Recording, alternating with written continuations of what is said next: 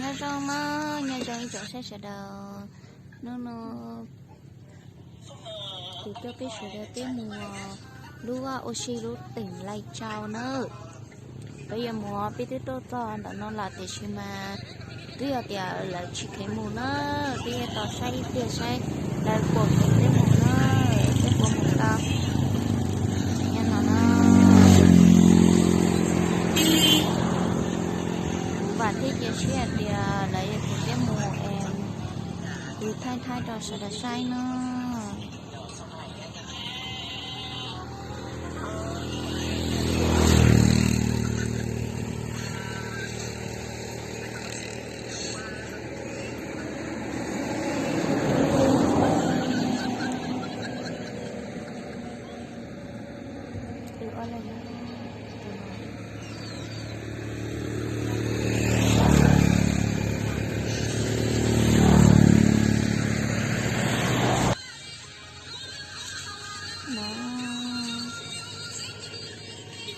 chỉ nó to ở đây tôi không gì nữa thì to sẽ là phục vụ cho tao uống mùa nữa vì thế là nó sẽ to là trâu nữa để là tôi tết thảo để cái mùa tao nó để tôi là sẽ là tôi phát tao cho uống mùa nữa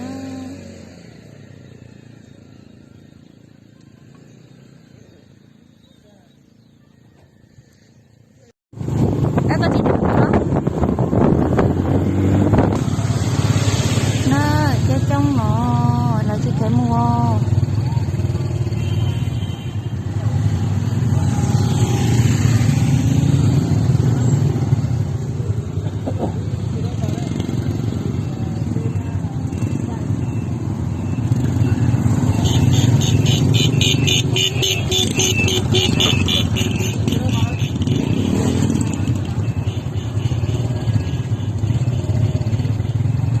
chỉ thu cái mùa nữa đi từ đâu em ở bên này này đi từ đâu vào đi qua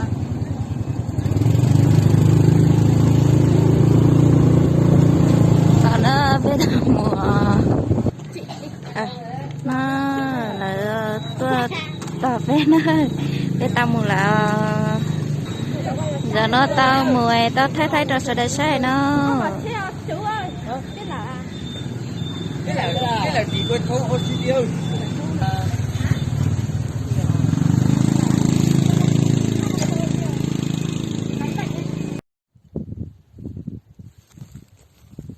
nó biết tôi sao khó nó là hay thì là bú bé to nữa là bú bé to bé chọc phong dừa nho xa nó là tua tỏ bé nó dọn để bé tua tỏ trâu lại một cái lên chỉ là tua chỉ trâu nữa để là trọ cá một sạp bà ta nữa họ ở lên chỉ ứ tua tàu lại vì thế một phong dừa tua tỏ ứ nữa bé tôi sao khó nó trong có hình nữa này lúa huyện Tân Uyên nó dọn chè nếu mua cho né bỏ nó do thì trôi dê nữa lấy cho trôi dê tàu chép là trong các hành đó trong các cái chua xía nhớ tao cá xía lùi nó trong các hành đi quay được không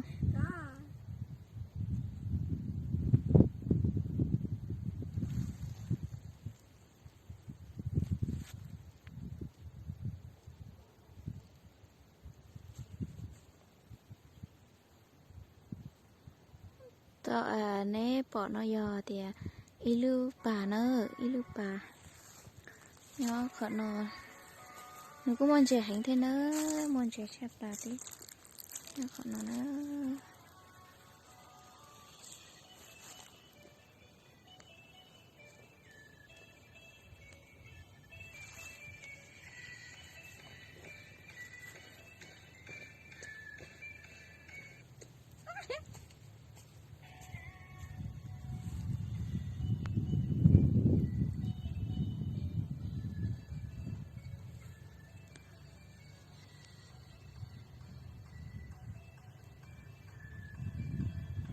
ở lên tôi đó đôi chế này là của tôi phải nhìn luôn nửa hai cú thia ưa anh to xin nữa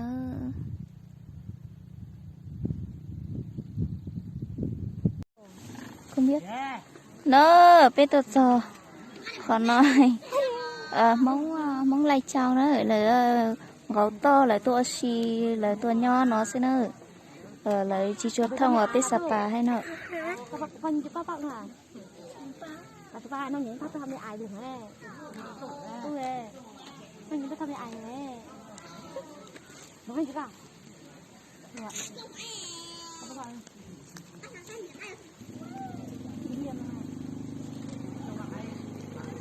cô Hiền như là chị Hiền rồi ý à rồi ý à rồi tôi mua cô rồi này họ mà ý à rồi giờ tính cá bán tôi hồi chú này rồi họ mua cá hồi chú rồi này để bên nó thăm bằng ít thăng này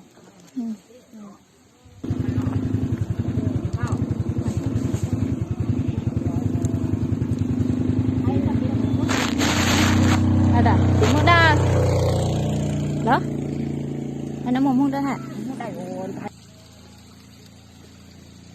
anh chị em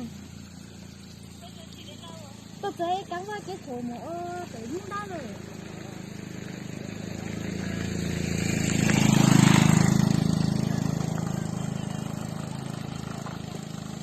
hay là ít cái mỏ cha cú thao ít cái một tiền ít cái chỗ mỏ tay mỏ cho ta muốn cho được từ phong dư nữa nếu tôi tỏ thì chỉ mà chỉ có cho cái từ nữa cắn qua cho cái chỗ mỏ tôi tới rồi xưa chỉ có một cho cái từ nữa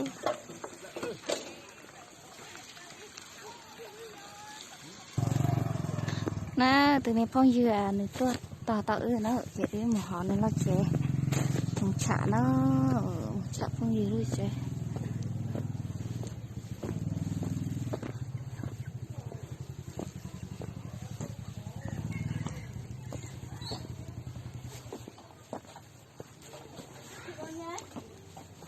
chị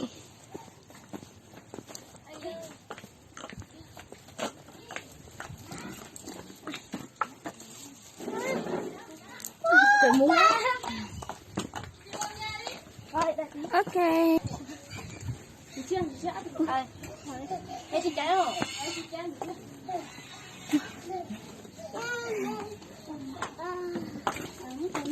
đây của cha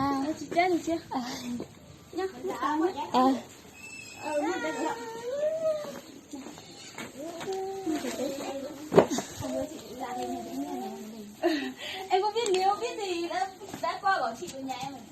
Thế bọn em không đi chơi ở đâu à? Tại không có xe đi ấy nên Ở nhà. Anh chị bên nhau tầm giật con này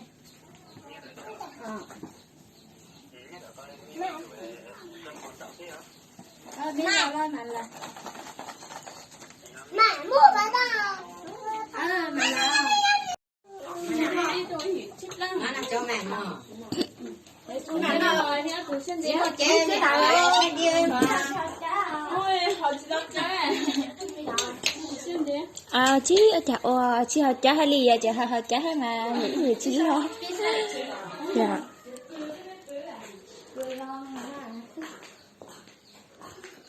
Đó. Cô chỉ thông bẹo.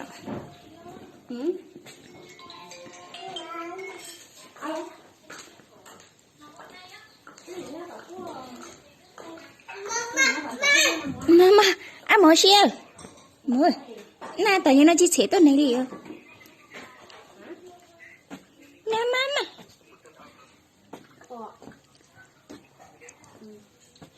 Mama, ăn món xeo.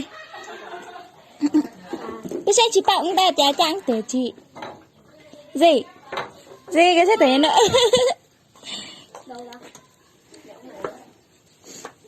Hả?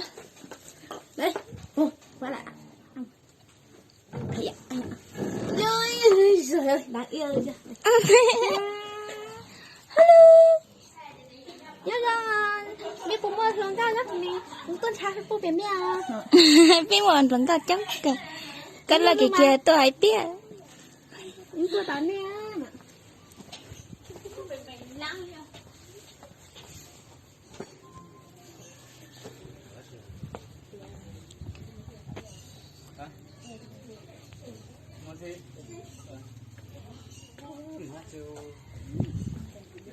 Nó ra giờ.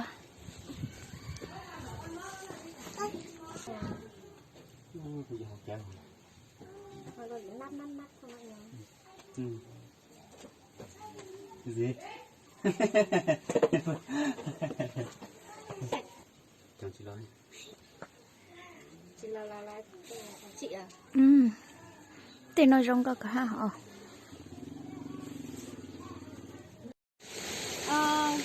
Cái cho nên mua cái lá nước giò của lá cổng nữa.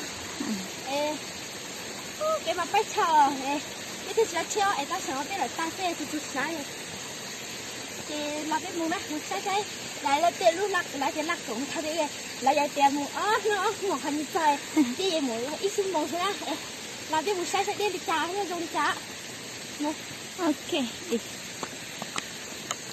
Lúa giò là cùng nó nữa cái cú phê phê cú chỉ tao mua cái rong hết nữa.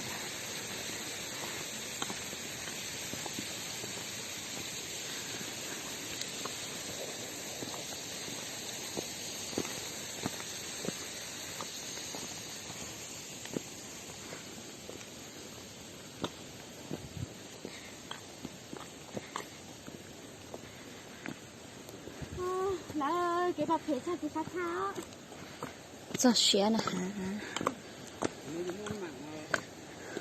đấy thì qua đi qua đây Ở đây không có mạng à? Ôi.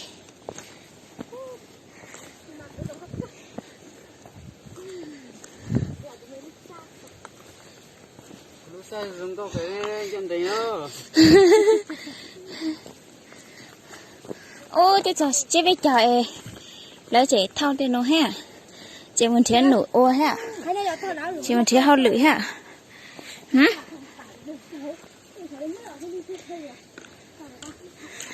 Bước đi đường mà nhờ.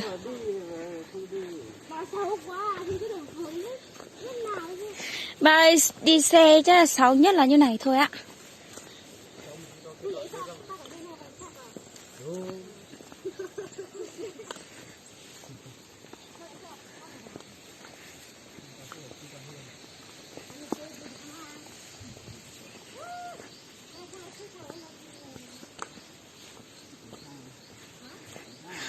Giờ mùa tuổi phong gì nó nữa, một tuổi phong gì nó lúc trẻ nữa.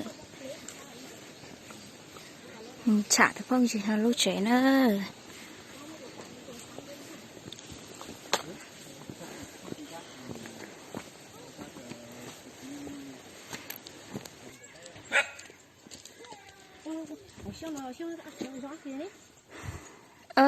Cô mới cho yêu nó thế nào?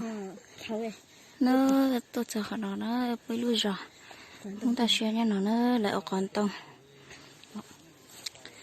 Lại còn tông nó. Thì cho nó chạy cho còn tông nó. Muốn ta share.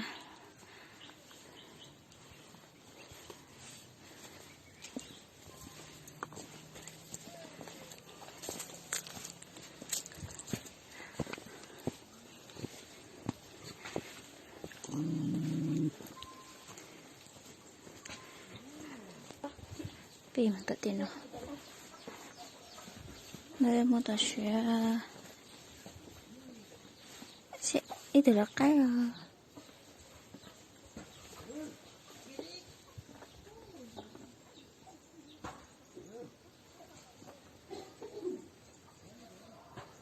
nhớ tại nó có share chép là thì nó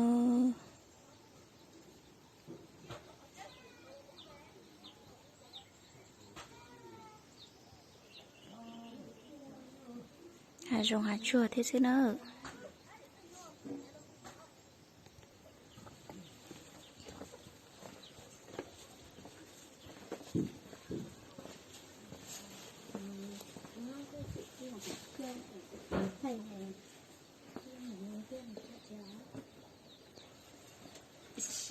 He me too. Call me.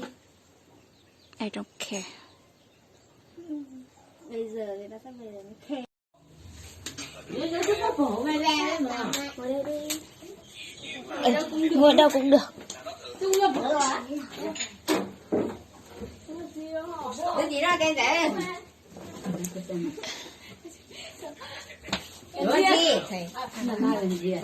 Cái nó mò này giờ nó mò tự nhiên em cái nó mò Nào. nó mò Đây là